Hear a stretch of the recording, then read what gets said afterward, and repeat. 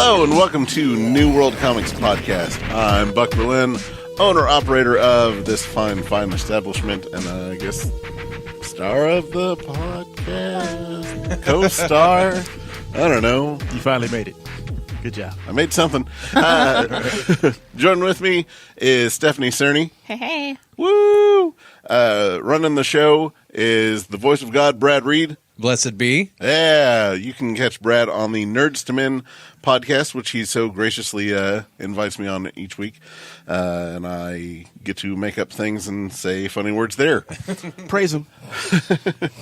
Joined with us this week is Dre Braggs. Hi, I'm Dre Braggs. There you go.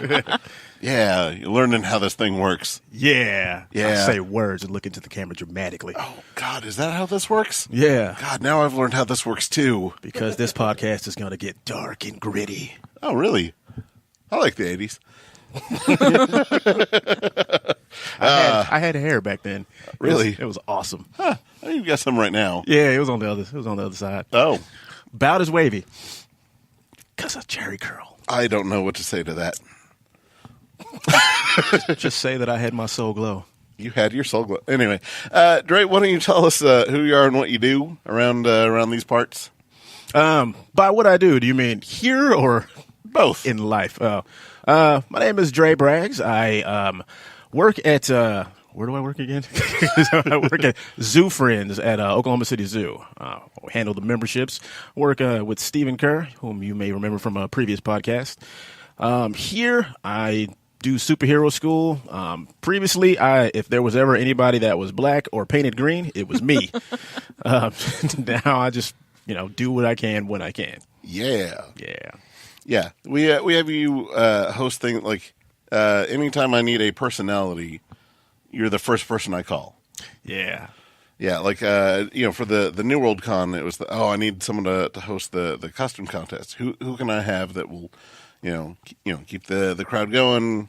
Oh, I was that guy? Yeah. You were that guy. I was that guy. You still are that guy. Twice. Yeah. By the way, if you had Creatures and Cocktails at the zoo last year, I was that guy that did that costume contest too. Yeah, I just thought I'd throw that out there. Plug. This got weird quick. Yeah. All right. All the crazy eyes going on. Give it time. So before we get into your involvement here, I want to know what got you into comics. Well, I guess the answer to that would be who got me into comics. His name is Daniel. When I was in the third or fourth grade, I met a guy named Daniel who was just as socially awkward as I was at the time. He was super into comic books. He had a huge collection already at that time. And for me, at that point, my comic book knowledge was just movies and cartoons, which it was late 80s, early 90s. We had tons of cool cartoons and stuff coming on. We had, X-Men was on. You had the Spider-Man show was coming on. It was tons of stuff. And every time I would get excited about something, Daniel would be like, there's a comic book about that. You like Blade, right? Yeah, you saw the guy with the motorcycle in the Spider-Man cartoon? Hey, check this out. And he would slide me stuff. So from then I started to collect comics. But I didn't have a whole lot of knowledge about collecting comics at the time. So it was really awkward because I would just go and get a Wolverine comic book at the grocery store. But I didn't care about numbers, volumes, or nothing. I was just a Wolverine comic book. And I would get it. And I would read it, and I'd be completely lost as to where the story was at. So I was like, okay, well, this was just the adventure he had this particular time. And then the next week, I would just get something that would be completely unrelated to that particular issue. And then I got really excited when I found out that they did things like crossovers in the trades. Mm-hmm. First one I got was the Superman versus Aliens.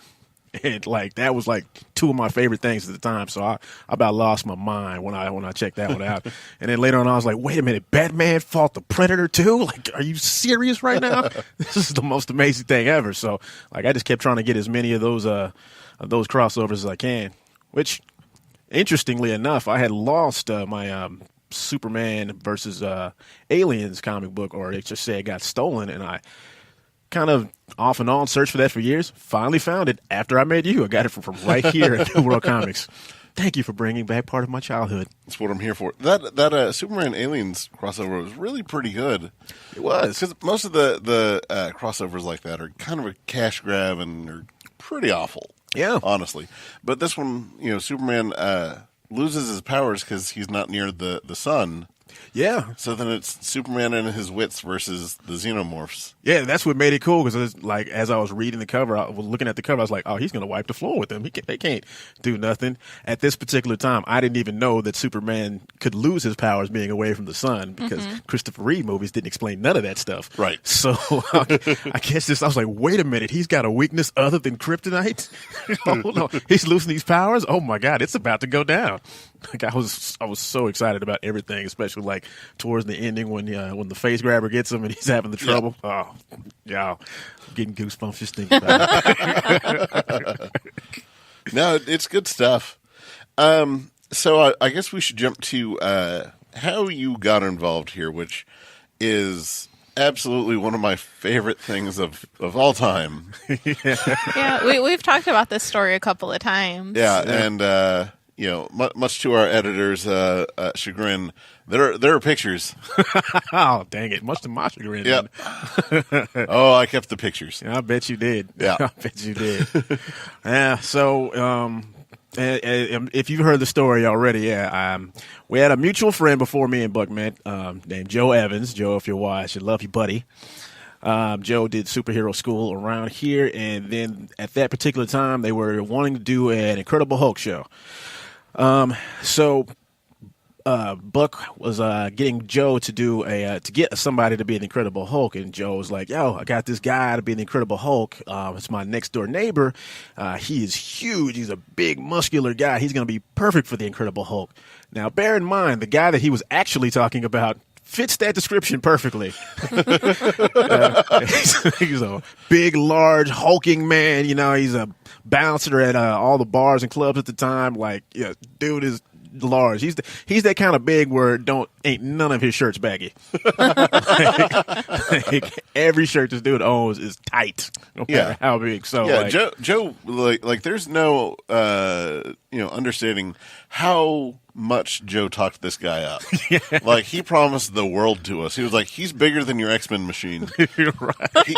He has to walk through doors sideways, and he has to duck while he does it. Yeah.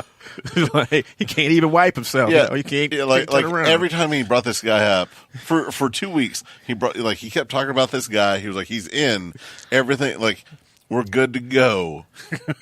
And knowing Joe, love him to death, but yeah, you got to keep on him. Yeah, right. So. Yeah. So the time comes, it's showtime. The next day is going to happen. Apparently Joe could not get a hold of the guy who lives next door to him. So who does Joe call at midnight saying, man, Dre, I need you to come and be the Incredible Hulk for a thing at the comic book shop. I was like, when? He's like, tomorrow. And, I was like, what? I was like, you want me to be the Incredible Hulk?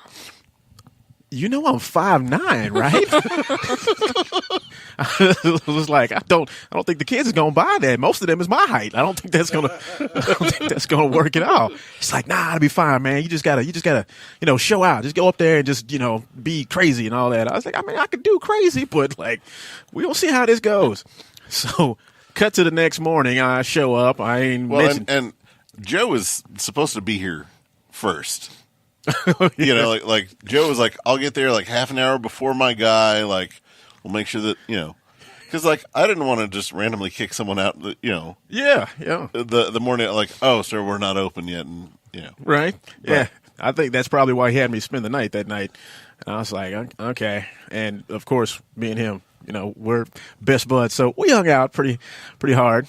So waking up the next morning was not easy. So we show up, we get here, and as soon as I walk in the door, it was like, oh, so you're the Hulk. Okay, strip. Yep. Well, because it was I don't have time to find anyone else. Oh, no. Oh, no. Yeah, it's bad. We show up there and it's like me, and then they got somebody to play She-Hulk who is taller than me. Yeah. By like a extensive margin. Like she was like a martial artist too. Yeah. So like, yeah, she was in way better shape than I was. And I mean, so they gave me my wardrobe, which consisted of these sweatpants that were cut and they were purple, and like, which I refer to as slave pants because they're supposed to be cut so it would go above the knees, but I'm a short guy, so they went right down to my ankles. They would have been like capris on the other dude.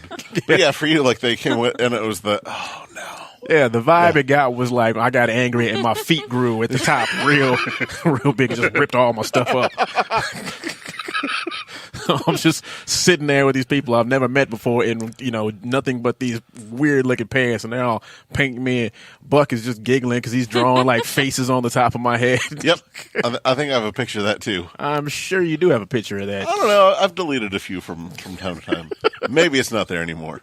With my luck, it's there. We'll see. It's right there. If we have it, it'll be right here. If not, sorry guys. So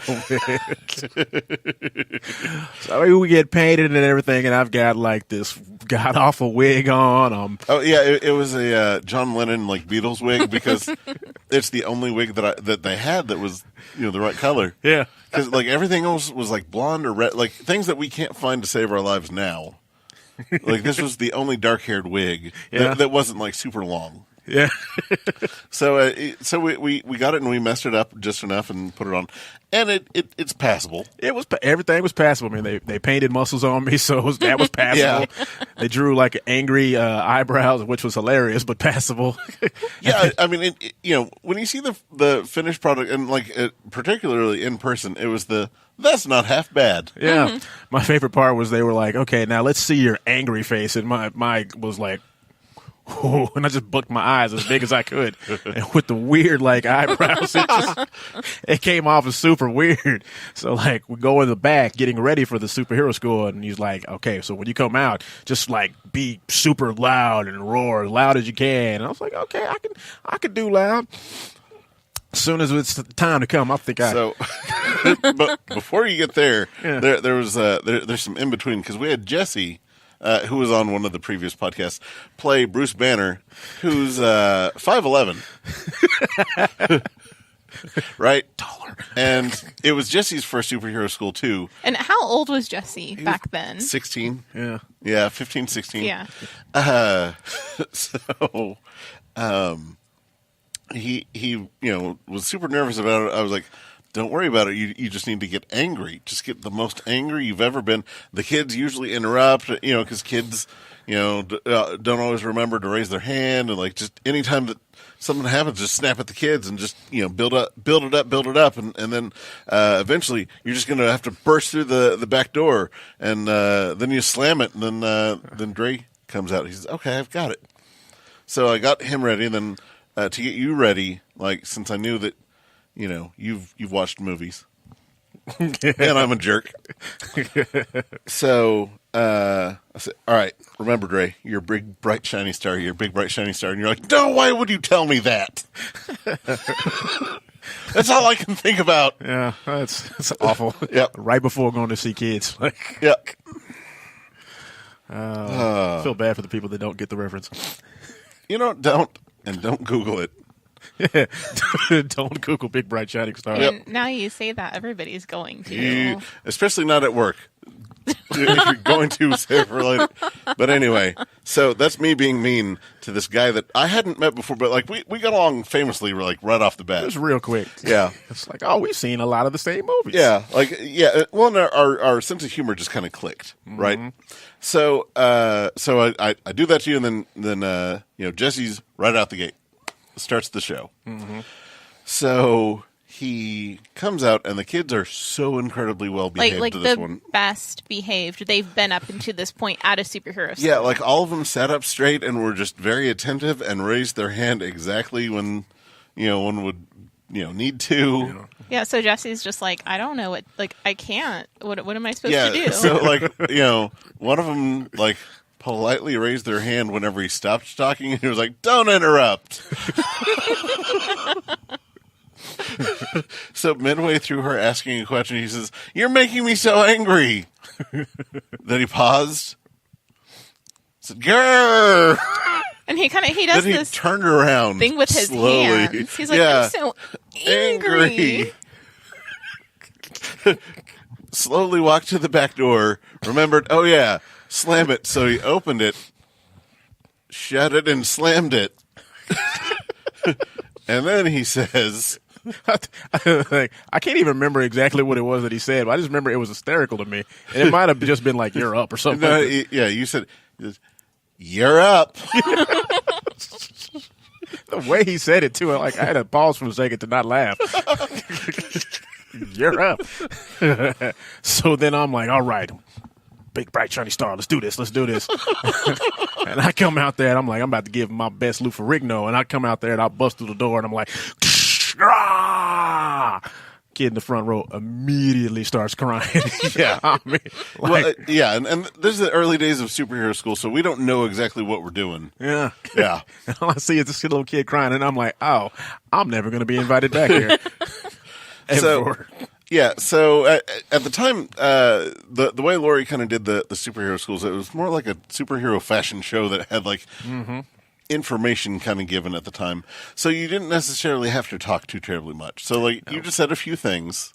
Yeah, just a lot of monosyllabic stuff. Yeah, and you just kind of flexed at the kids and did all that, and everything was fine. And the superhero schools at the time were 30 minutes maybe. Yeah. They're very short. Like it was you and She-Hulk, and that was it. That was it, yeah. Yeah. And then afterwards it was, here's some pages to color and get your picture taken with the characters. Yeah. So all the girls wanted to get their picture taken with She-Hulk. All the kids wanted pictures of you, but not with you. They would stand up and wave. Yeah. It's like, I was not feeling that. Yeah. But yeah, and then the kids were like, "Why don't you go take your picture?" Like they wanted their parents to go get their picture taken with them. Yeah, there was a lot of fear of the Hulk. I was like, man, this is awful. Like, you wake up early on a Saturday morning, scare the crap out of a whole bunch of kids. I guess a wrap on the rest of the day. Like, oh man. Yeah, so I felt really bad about that, and then like you went and showered, and then you came back and hung out for the rest of the afternoon, and that's when it was I love this guy. This guy's amazing. Yeah. Yeah, and that was by far the longest shower I've ever had to take. By the way. Like before then, I hadn't done any cosplaying. Halloween costumes was my extent, and so like having full body paint like that, like that's a long shower right there. And that was before we started using the nicer paint. Yeah. We used the super cheap cream. Yeah, we didn't know any better. We didn't know what we were doing. Yeah. I mean, it was all brand new to everybody. And again, Joe, big shout out. Thank you for letting me use your shower. Because that was a mess in there. Yeah, there's still green paint on the bathroom wall from, like you lightly touched it. It's everywhere. Yeah, whatever we used, we've painted over it before and it just bleeds through. Like, I'm going to have to sandblast it or something. But it's, the rest of the wall is just pristine. It's just this one little dude. Make sure y'all never forget me. Yeah. Yeah. But it's so weird because from that point on, I don't imagine superhero school without you. Like, it's weird now that you haven't been in so many this year. But you've done so many of them now that I can't remember what the next one was that you were in. Like, it wasn't far from. It wasn't far from, and it was at Avengers Day. And this was the one where I remember that we had Phoenix. She was Miss Marvel. Oh yeah, yeah, and I think Joe was there. He was the Falcon. He might have been Falcon. I was Hulk again. Yeah, that's right. Yeah, I was Hulk again, and this time we didn't do the eyebrows quite angry. Yeah. Like, he had normal eyebrows, and I was hopping and skipping. It was like, Hulk is a nice guy. Hulk is a nice guy. Like, I was trying to overly cutify the Hulk. Yeah. I was like singing children's songs as the Hulk. It was like, Hulk ain't gonna do no smash. Hulk ain't gonna do no smash. Hulk ain't gonna do no smash because I'm really nice. Like it was just real stuff. But the kids were much, much happier about it. And I remember it was the first time that I guess I had a fan at that time because it was I can't remember the little girl's name, but it was the one that stabbed Lex Luthor. Oh, yeah. We don't use her name. Yeah, we refer to her as the instigator. It was the day that the instigator, like, she was like super excited about the Hulk, and she drew a mask of the Hulk and like gave it to me. It was the first time a kid had given me one like a souvenir, and then she wanted to take pictures with the Hulk, and she did like her girl face, and it was adorable. I was like, oh man, I could get used to this. It was over from then on. So that's how we get you back. The kids just got to stroke the ego just so, and you're back. Like more adoring fans. Yeah, start paying these kids off to be fans. All right, done. Tell Dre you love him. Here's $1. Say that Black Panther is awesome. Yeah, that reminds me of another story. What's that? Oh God. Of the time that one of the kids' moms gives you her phone number. Which could be another way we can get you back. Yeah, that was that whole day was a weird day. We learned a very valuable lesson about costuming then, and that was the importance of a dance belt. Yeah, which is on the list. That's on the list. Yes. So let's, yeah,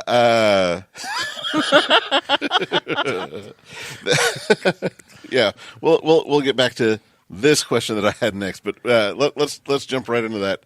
So we learned the importance of dancer's belt because of Marcus, honestly. One of the other guys who does the dress up for us. So you were Black Panther the very first time when we realized this problem, that the spandex, it shows a lot. There's not a lot left to the imagination. There is not. Yeah. Yeah, it was all out there for people to see. It was Right. like, even with shorts on over the spandex, it was like, I still see what you did there, buddy. Yeah, and Marcus was sitting like front row. Yeah. And afterwards he was like, it was just like right there. It's like it was talking to me, not Black Panther. And we're like, oh, we should probably look into that. And then Kira was like, they make things for that. So male dancers who want to have some discretion have this thing called a dancer's belt. And they make several different kind. Like they make one that kind of looks like a jockstrap. They make one that's kind of like a thong, and then they make some that are like briefs. Almost everyone up here has gone with the briefs. Almost. No, I got the briefs too. I'm not asking. Just no thongs here, y'all. Don't lie. I mean, not superhero school related.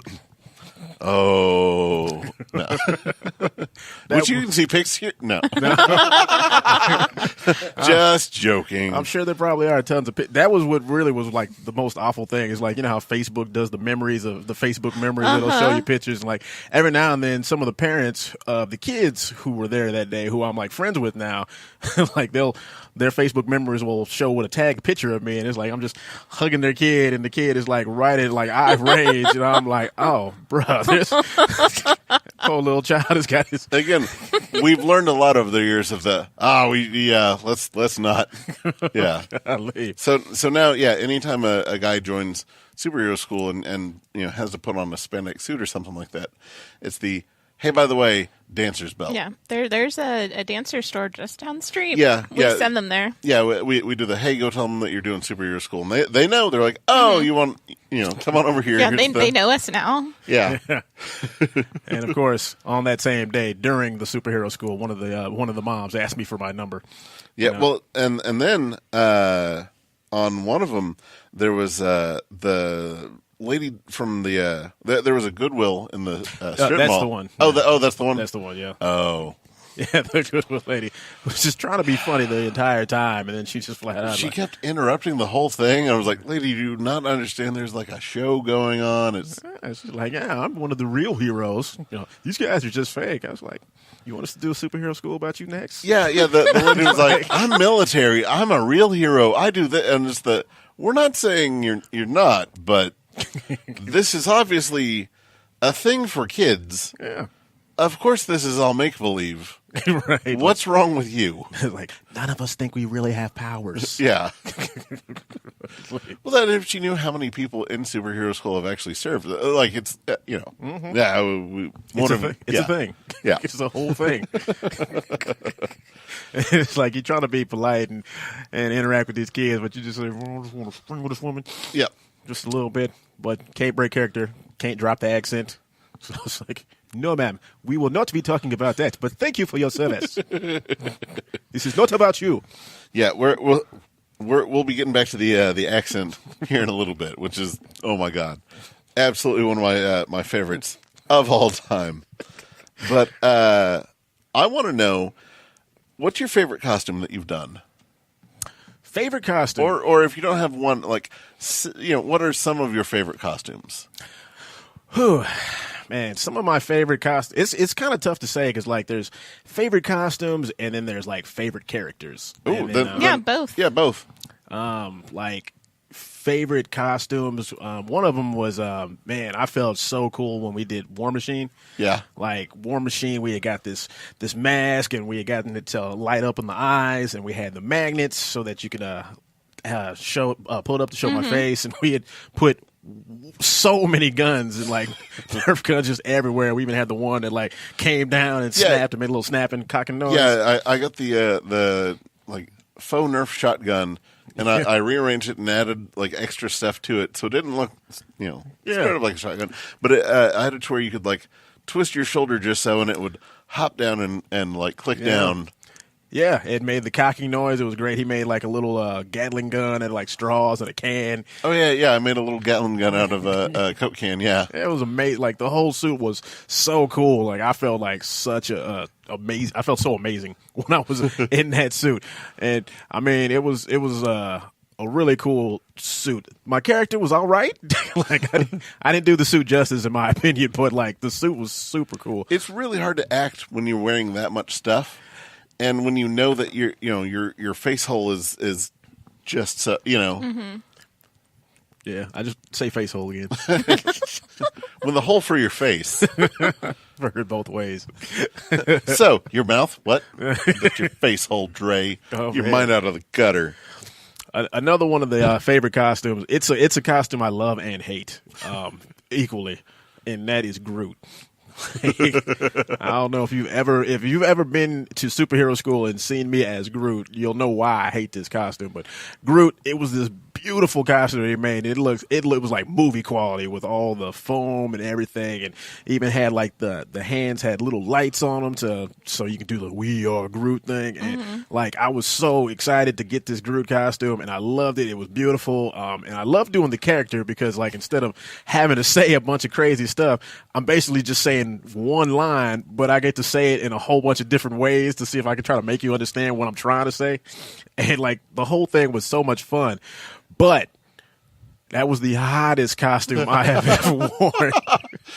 Like the whole thing is encased in foam, so it's like all the body heat that I'm letting off is coming right back at me with a vengeance. And it was like I put the costume on, and there was like in the eyepiece there was just like this little jagged there was a piece. little shard that I just couldn't seem to take it out. was like right in my eye, like just waiting for me to sneeze real hard. Like I dare you to make a bad move. And it was so.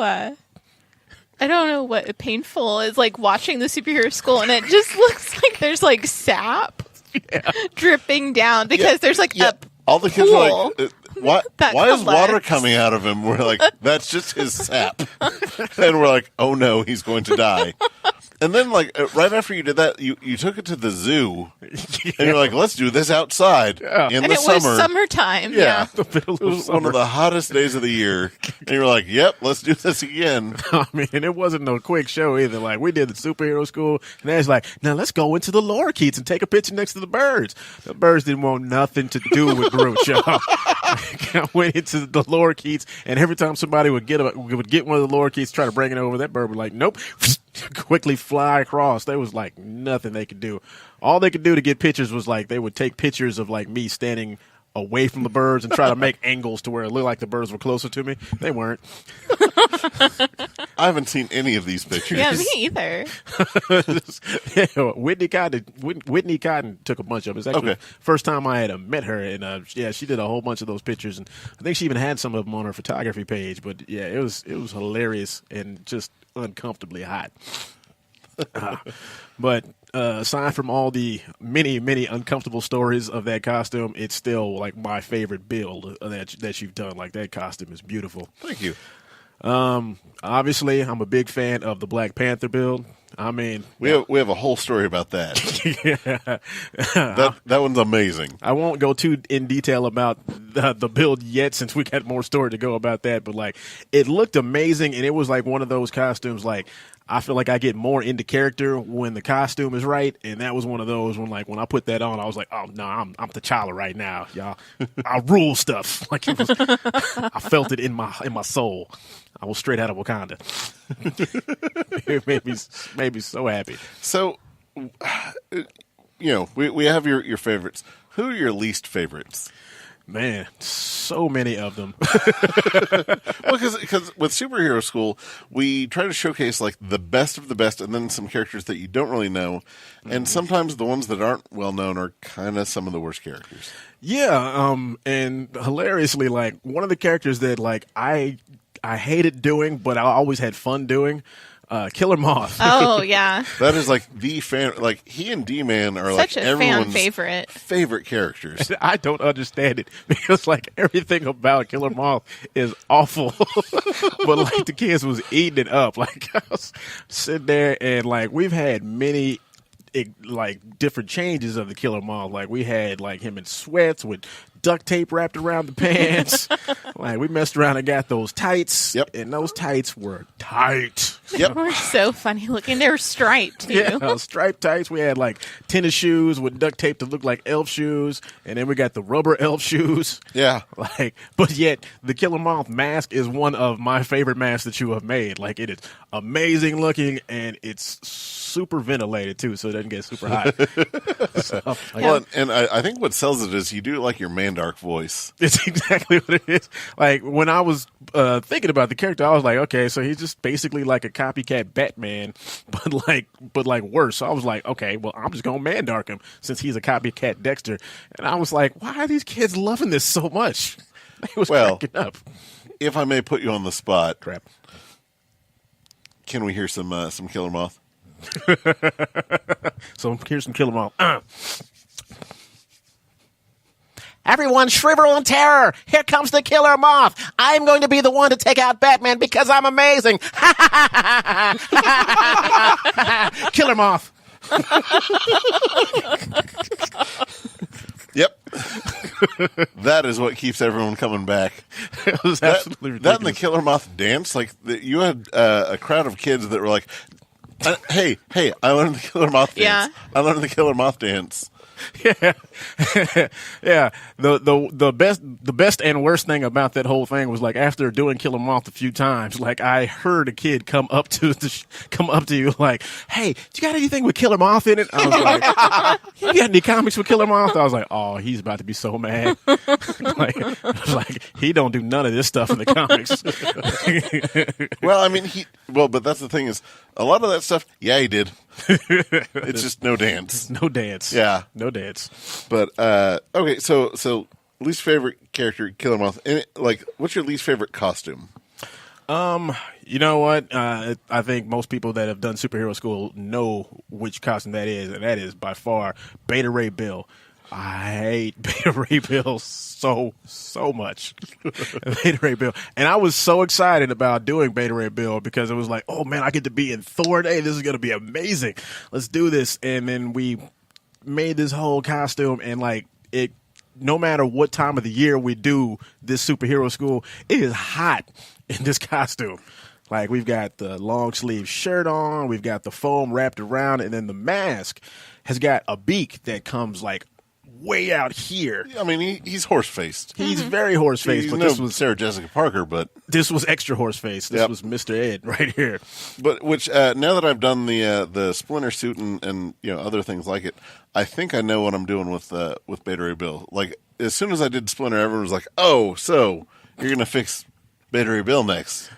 Yeah, that would be great because we didn't quite have the mask set up when we were doing it. So every time I would be speaking, the mask would move with me, but it would always always go off on the edge. So it was kind of like a Stallone thing that Beta Ray was doing each and every time. Yeah, and it kind of looked like Crow from Mystery Science Theater 3000. Yeah, it did. Like it kind of looked like that when you look straight on.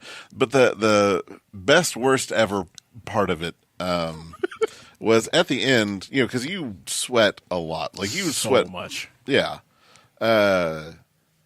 So much. It was coming out of the mask. Yeah. It was coming down. They were cheek. like, why is he crying? Yeah. But inside, like everything's kind of heat molded and curved. Inside the bottom jaw, it's like a little cup.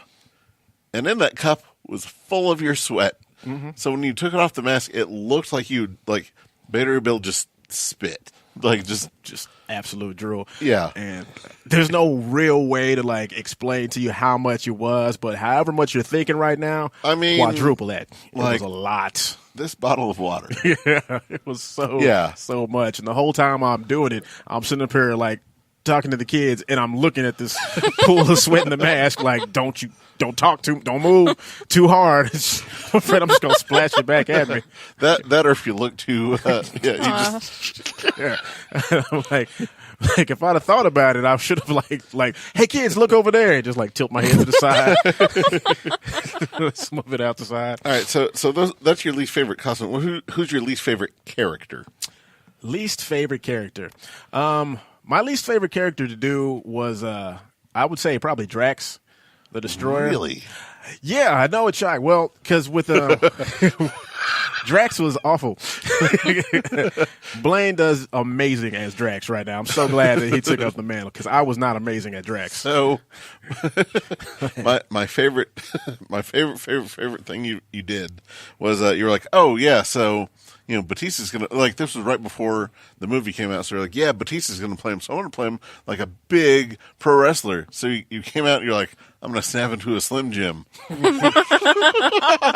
Never had a Slim Jim in my life at this point, so this was going to be my first time eating a Slim Jim. Yeah, so you were going Macho Man meets Rock.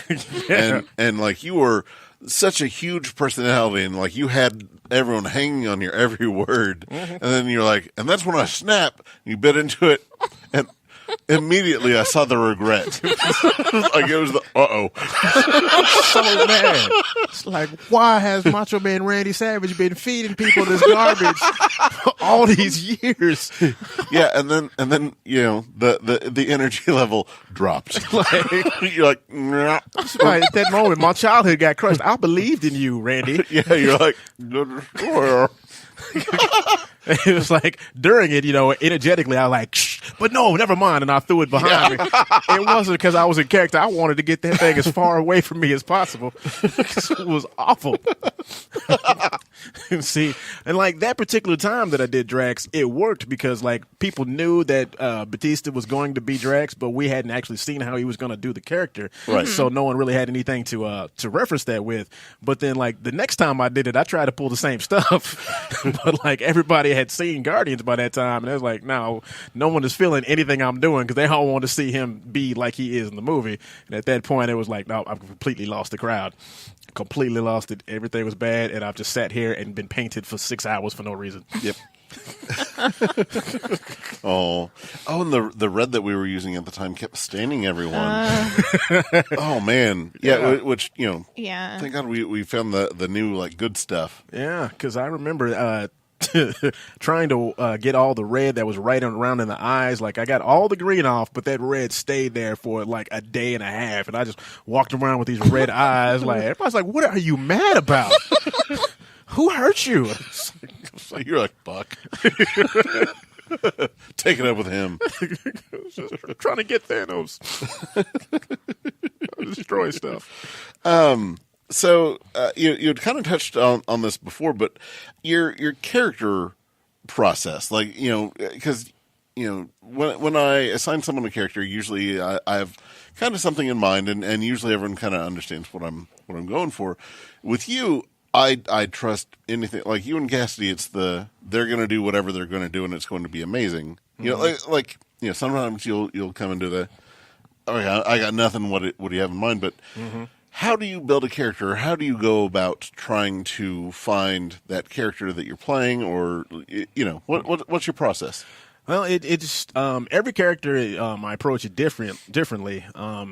Some characters like you can just tell that they need to be this particular way just by reading how they are in the comic books.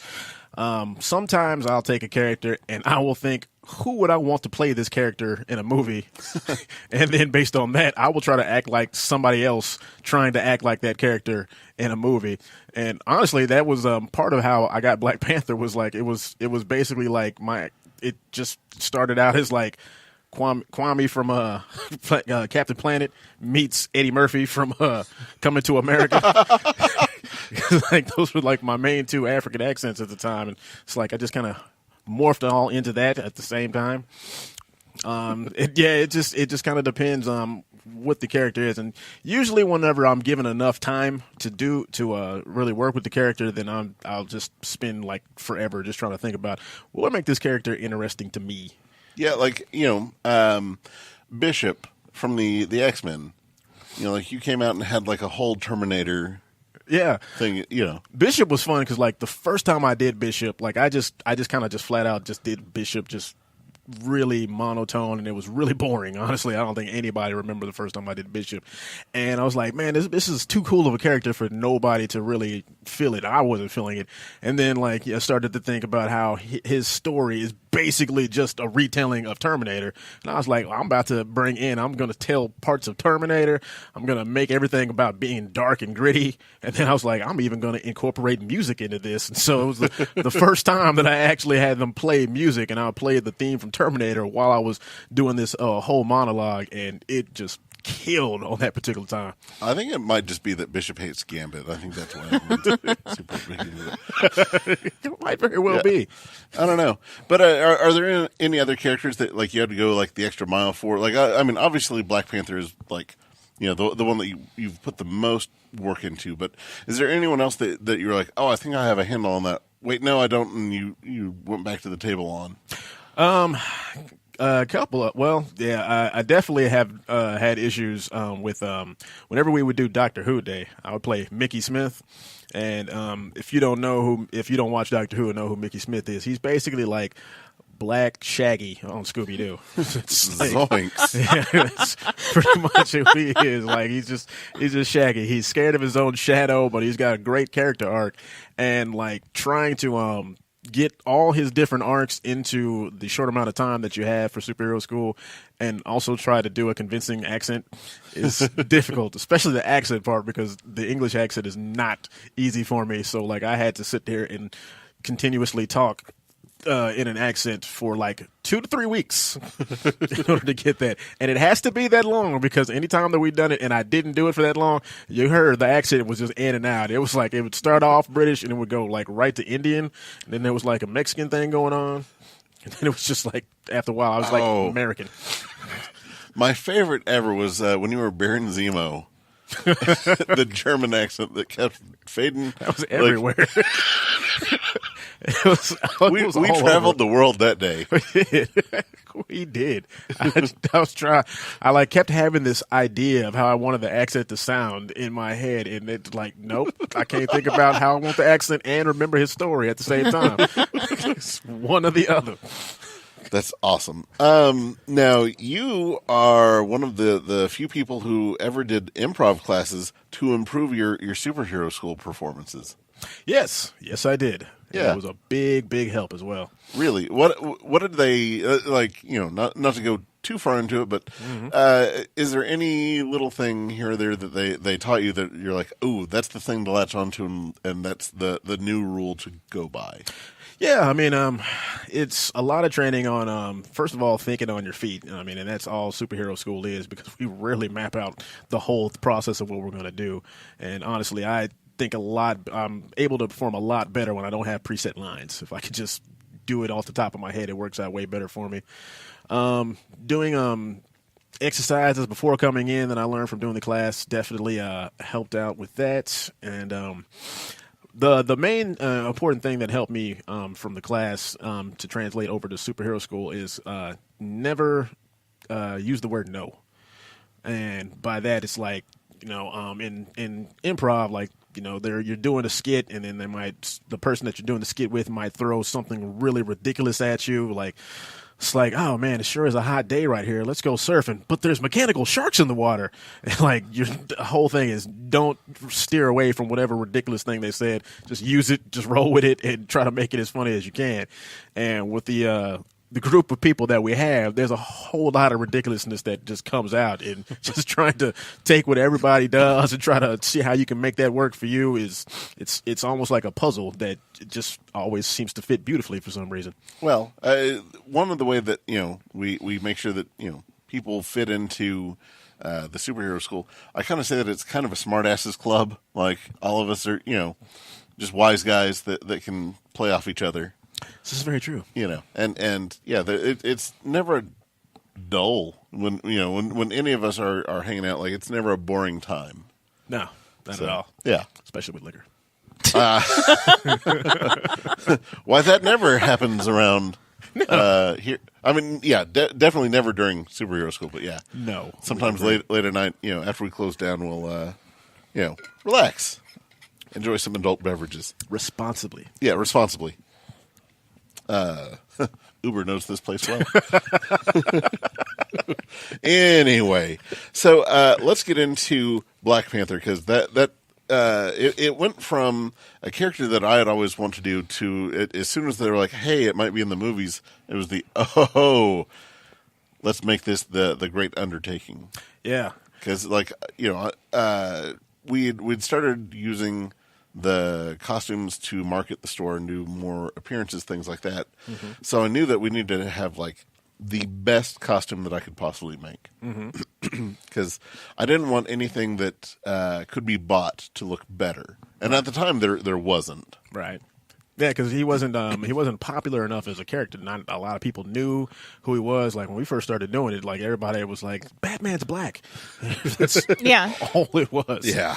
A lot of people thought it was a variation of Batman. Mm-hmm. Yeah, it's why do you have black Batman? He's not black Batman. I was like, no, not Batwing. That was all that it was. But people got excited. Yeah, so and one of the things that I've always hated with superhero costumes are the sewn in puffy muscles. Oh yeah. Right, I hated it. Yeah. But Than Medlem showed me this really cool technique that he implemented on his bat suit on making like muscle-shaped armor plating. Mm-hmm. And it was I like that. So I drew up a couple sketches of Black Panther and showed you kind of what I wanted. And you were like, "Ooh, I like this. I don't like that. Let's downplay this. I really like this. Let's go more with this." Yeah. We agreed that the gold looked better than the silver, which, hey, we backed the wrong horse on that one. But I mean, it was at the time. The gold was more regal looking at the time. And, right. We still stepped it up, and we got away from the classic cape with that felt cape we had for the longest. But, the suit, as I made it, the thought process was, okay, so it's going to be a vibranium suit.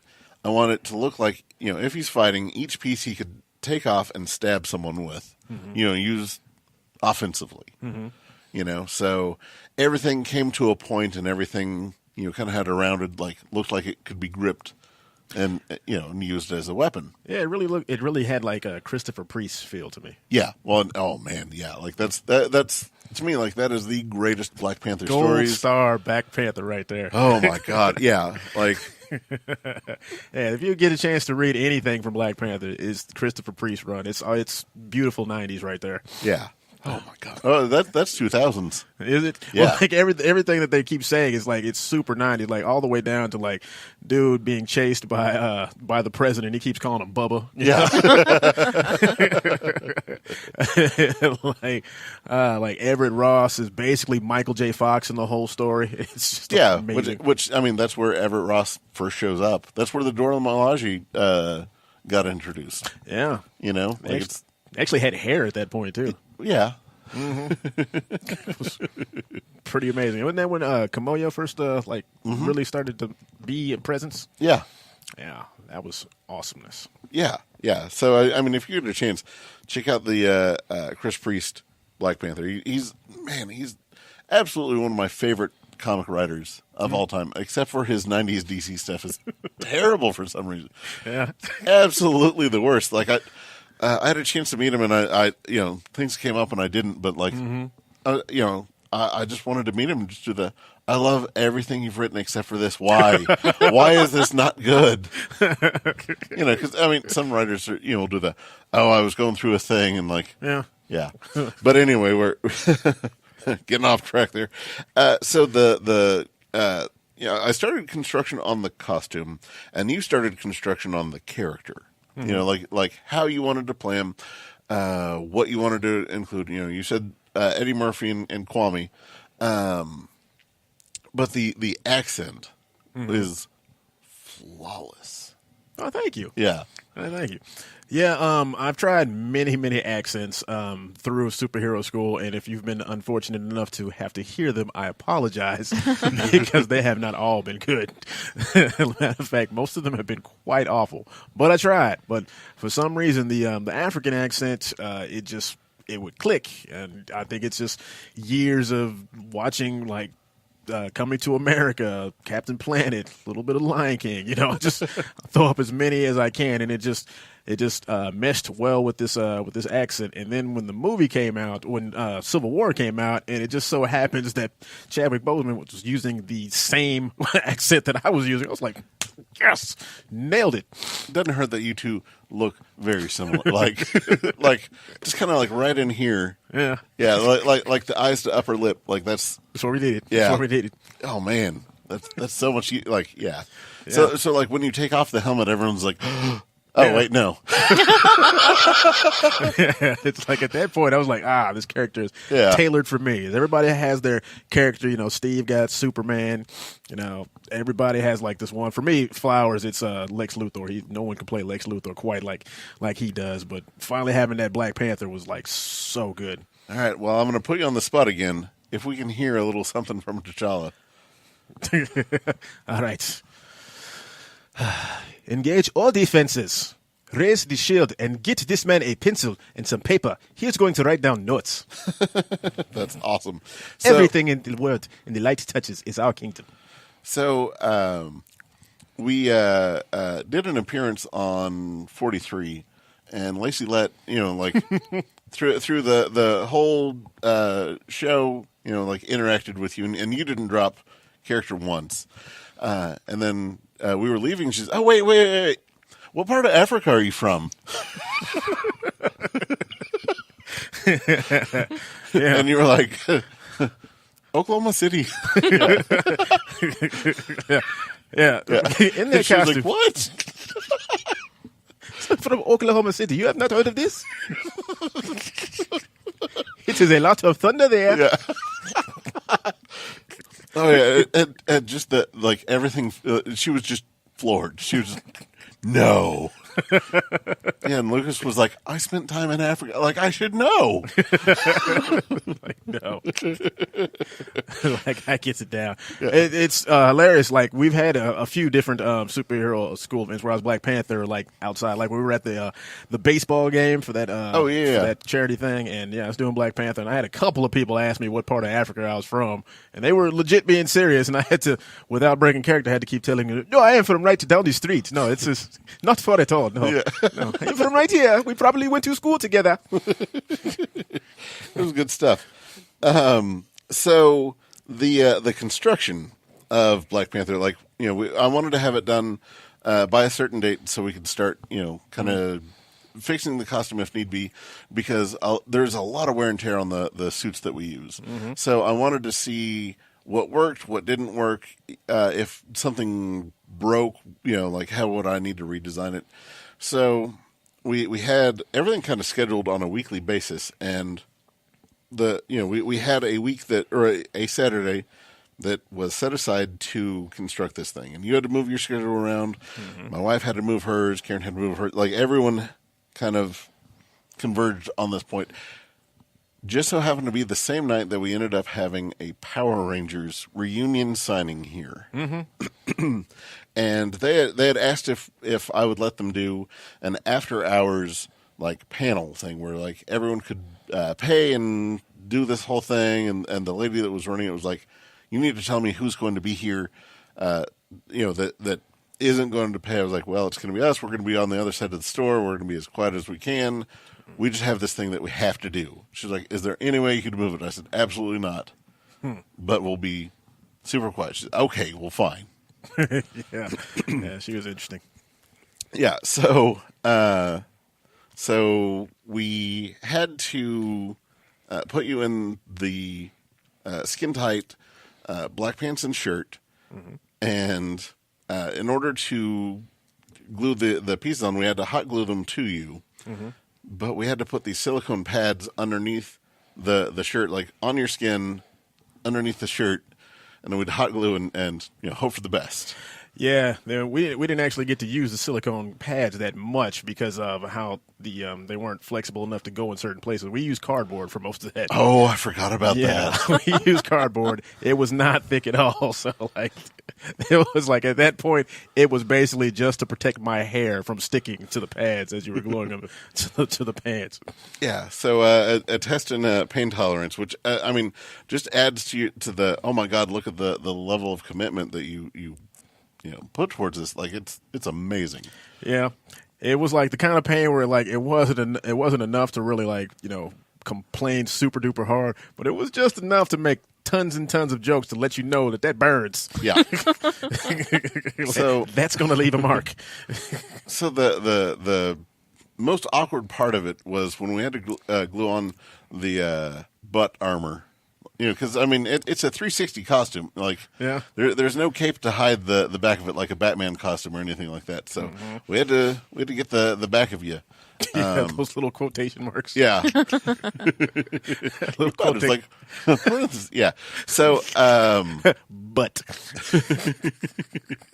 so the whole Power Rangers thing had taken a lull at the time, and everyone just kind of looked over to see what we're doing, and everyone had a hand on your butt, holding these, waiting for the glue to dry. Yeah, just holding the butt armor on me, and I'm just sitting there, finally feeling important. Yeah. So you look over, and I just catch enough of it. You let out the biggest smile. I'm like, man, no one is ever coming back because we look like complete weirdos. Like all you can do is just be like, hey, enjoy the show. Yeah. You can watch from there, you can watch over here, but you're going to see something today.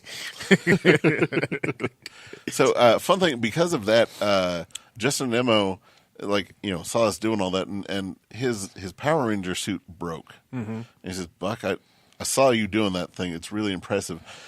Can you repair my suit? Yeah. And after seeing that, it was this is amazing. This is how they do it. That's amazing indeed. Yeah, and then after seeing it, it's this isn't far from what I'm doing. Mm-hmm. Yeah. Yeah. Did you feel like Zordon at that moment? Oh, I really did. I was such a static, floating, warped head of some guy that they probably paid once. That's more phenomenal. Oh, man. Anyway.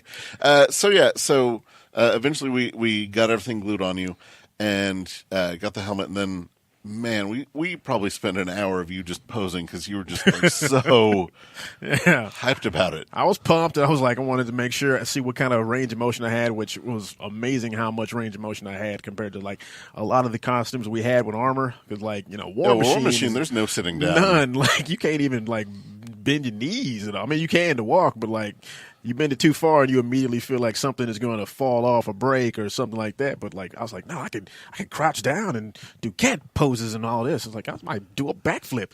I've never been able to do it before, but maybe I can do it now because of this costume. Yeah. I mean, when doing it, it was where do I place stuff? Where do I not? What's the thinnest foam I can put here? What's the thickest? Mm-hmm. So we made sure that we could really make a solid suit that you could do anything and everything that you'd want to do in. And it was amazing. That costume has got so many fun memories for me. Like one of the funniest ones was like when we had done when we had done a superhero school at I think it was BlitzCon, and we had did Avengers there, and Philip Moore was there. Who was the host of Nick Arcade on Nickelodeon, and like he got to see this particular portion of it, but like I was talking with a microphone with the Black Panther mask, which was covering my face, and no one could hear what I was saying when I put it up to my face, and I kept talking, and it's like, "Can you hear me now? Can you hear me now?" No one could hear anything, and then I put it to one of my eye holes. I was like, "Can you hear me now?" And everybody heard it. They was like, "Yeah, we can hear it really clear now." And I was like. I tried to put it underneath my mask to see if they could hear me now. They was like, no, we can't hear it. I put it back on there, and they was like, we hear it perfectly. I was like, are you telling me I'm going to do the whole show like this now? They were cracking up laughing. Philip had to get up and go off. He was laughing so hard. I was like, I just made the dude from Nick Arcade crack up. Booyah. Oh, yeah, the booyah. So that brings me to your favorite moments of doing the special events. Mm-hmm. What do you have anything that like, oh man, like this one was my favorite, or this is some of the best? Lots of different moments, but yeah, I definitely loved we would do like some of the school events. Britain Elementary, love going over there. Those kids are amazing, and they get so hype going out there. It's awesome. Like they feed you energy and you give it right back to them, and it's almost like being at a concert. Oh yeah, like it's amazing. And I definitely remember like I had gone there as Spider-Man previously, and it was really good. But then I went there the following year as Cyborg, and I remember them kids just lost it. Yeah, which we have video that sorry about the video quality. It was taken with a lower quality phone at the time. Yeah, but we should be able to intercut it here. But yeah, so like that's them just losing their mind over this thing, and like some of the kids were doing their best to just like, all right, we're sitting down because our teacher's watching, like right up front, we can't do anything, but like the kids in the back were just, oh my god, yeah, so many booyahs being yelled, yeah, it's amazing. Yeah, you were there because after the initial assembly, they realized that they couldn't do anything after that, so they're like, go ahead, and the kids were just like right on you. Yeah, that was interesting. If you have a problem with personal space, it was gone out the window at that. Yeah, but I mean, like, yeah, we had Batgirl, we had Spider-Man. I forget who else we had, but like, I think it was just us three. Was it? Was Supergirl there too? Yeah, I think Yes. Supergirl. Yeah, Yeah, because I think Carrie went as Supergirl. Carrie went as Supergirl. And we had Cassidy as Spider-Man. we had Keegan as Spider-Man. Keegan was Spider-Man. So, yeah. yeah, like you were definitely star of the show. Yeah, that was pretty cool. Yeah, definitely had a lot of fun with that one. I was like, yeah, the big bright shining star. So I'm gonna close this out with a couple store stories. One is your level of commitment and love of superhero school. So that first year of superhero school, like you hit us like right in the middle as we were figuring out things, and towards the end we were like, okay, I think that we have this. Let's try things that we have never done before. Yeah. So and like from the beginning, everyone was like, hey, we want Ninja Turtles. Hey, we want Star Wars. Yeah. And finally, I caved and I was like, all right, we'll do Star Wars. Yeah. So you were the first one I told, and I knew that I could kind of make you do anything at that point. Like you were, all right, Buck, I'm in. I know you. Don't tell everybody. Yeah. It was all right. Let's mess with Dre. let's mess with Dre hard on this one. So I sit you down and I say, all right, Dre. So we're gonna do Star Wars, and like your eyes light up like a kid on Christmas morning. It's just. Oh my God! Because like I knew that you were just waiting. You're like, oh man, who am I going to be? My soul was ready. Yeah. So you're like, am I going to be Boba Fett? Am I going to be Darth Vader? Am I going to be Mace Windu? Like, who am I going to be? Mm-hmm. Oh my God! So I said, all right, Dre. So I've secretly been working on this for months. I've got a near movie quality thing. Like this mask is like it's nothing I've ever done before. It's so intricate, and I just kept going and going and going. I'm super invested at this point. Yeah. Like, ooh, tell me more. And he's like, oh my God, like there's no way I'm saying no to anything. Who is it? And I say, Jar Jar.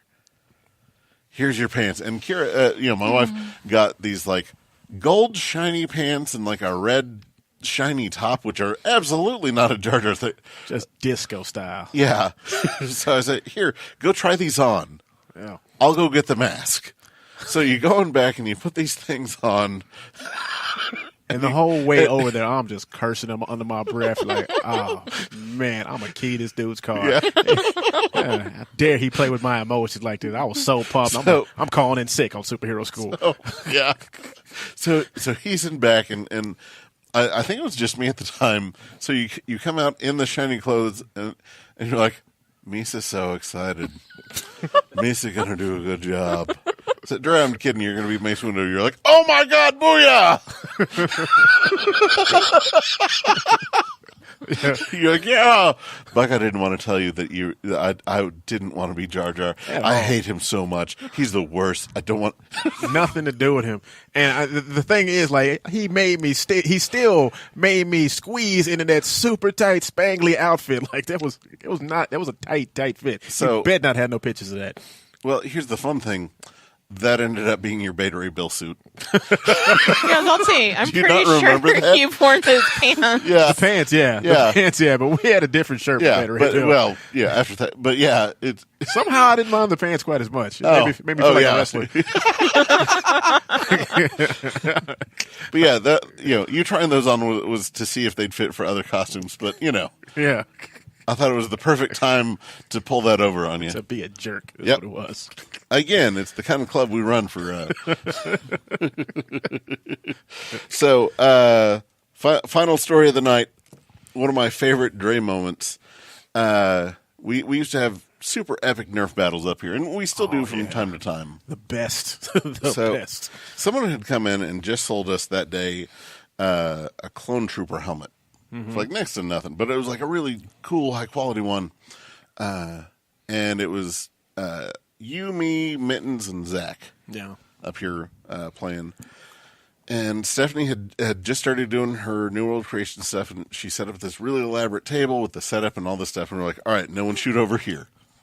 Be as careful as you can over here. That was such a clumsy day.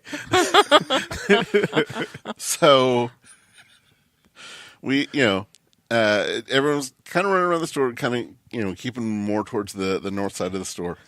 And finally, Zach chased you around the store, and like at that point, I think that we were teaming up, and you were rounding the corner and just bit it, just right into Stephanie's setup. Just it was worse because it like you knocked I it over. was trying to do some Matrix stuff in my head. I was gonna jump in the air and then shoot Zach, and then somehow land on my feet. But it wasn't until I was fully in the air that I realized I'm not nimble enough for this to work at all.